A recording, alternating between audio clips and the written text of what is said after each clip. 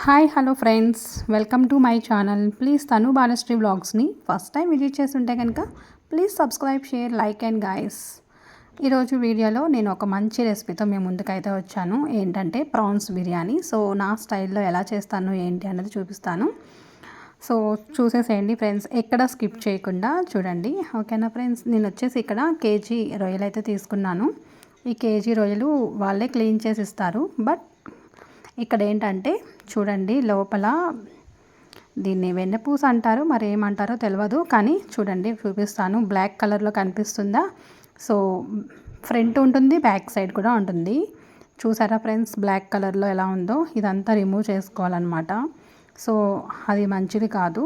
So మనం time పట్టినా సరే కొంచెం టైం తీసుకుని క్లీన్ చేసుకున్న తర్వాతనే మనం మంచిగా వాష్ చేసుకుని వండుకోవాలన్నమాట. సో ఈ విధంగా అయితే క్లీన్ చేసుకున్నాను, చూపిస్తాను చూడండి మీకు.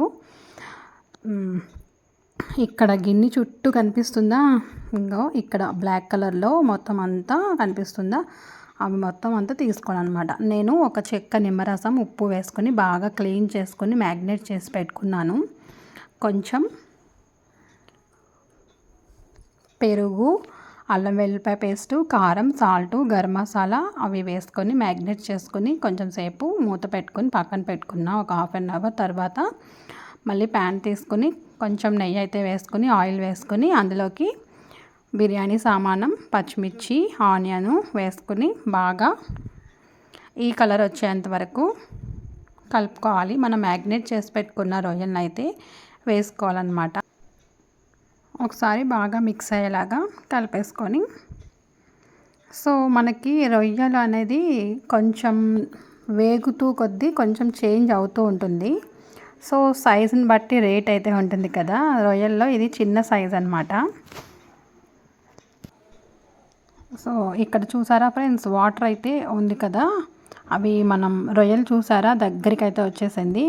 ఇలా దగ్గరికి వచ్చేసినప్పుడు అందులోకి మనం ఫస్ట్ మ్యాగ్నేట్ చేసుకున్నప్పుడు వేసుకున్న అల్లం వెల్లిపాయ పేస్టు, కారం, సాల్టు కొంచెమే వేస్తాం కాబట్టి ఇక్కడ కొంచెం యాడ్ చేసుకొని ఒకసారి ఒక 5 మినిట్స్ మూత పెట్టుకొని, నేనైతే హాఫ్ కేజీ తీసుకున్న రొయ్యలు, ఇంకో హాఫ్ కేజీ వచ్చేసి కర్రీ చేద్దామని అయితే పక్కన పెట్టుకున్నా అనమాట.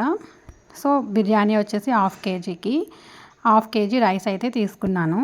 ఇంకో హాఫ్ కేజీ వచ్చి రొయ్యలు కర్రీ చేస్తాను. అది నెక్స్ట్ వీడియో మీకు పోస్ట్ చేస్తాను.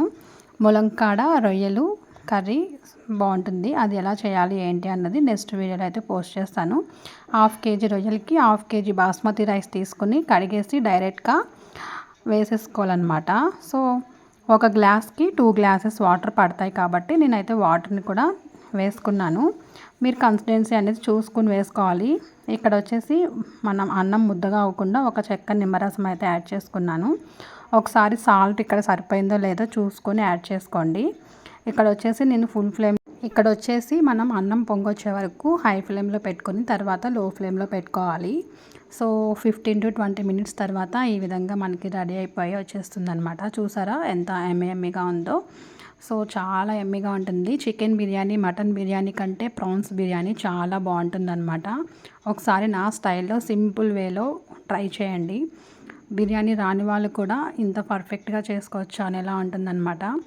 సో ఈ విధంగా అయితే చేసేసాను. ఇందులోకి వచ్చేసి ఆనియన్స్ అలాగే కచాంబరి అయితే కాంబినేషన్ బాగుంటుంది. నచ్చితే కనుక ఒక లైక్ అయితే ఇచ్చేసేయండి ఫ్రెండ్స్. మరి thanks for watching. Please like and comment, share this video. Bye friends, see you.